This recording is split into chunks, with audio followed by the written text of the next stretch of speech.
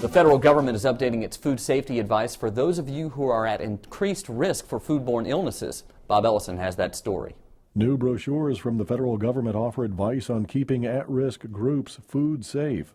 The brochures are a joint effort by the Food and Drug Administration and the U.S. Department of Agriculture's Food Safety and Inspection Service. FSIS is committed to ensuring food is safe for everyone, especially for at-risk groups, before it even gets to the grocery store. Until we achieve that goal completely, it's also our responsibility to give consumers additional food safety information. So that's why we've partnered with FDA to get this important information to at-risk persons, their caregivers, and others.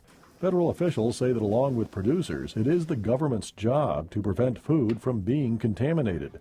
That includes advising consumers what they can do to keep them and their families safe.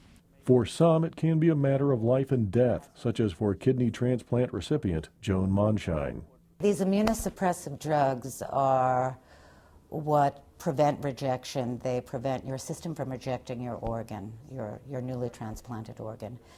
As a result of being on immunosuppressive agents, your susceptibility to infection increases dramatically. Foodborne hazards and foodborne risks are something that are critical for transplant patients to know.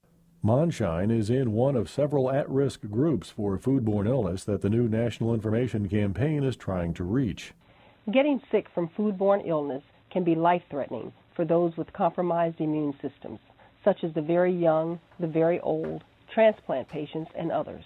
It's also important that consumers, particularly those who are at higher risk of foodborne illness, have information they can use to do their part in preventing illness through proper selection of foods and proper preparation of foods.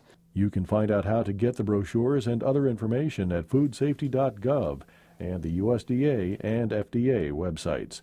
In Washington, D.C., for the U.S. Department of Agriculture, I'm Bob Ellison.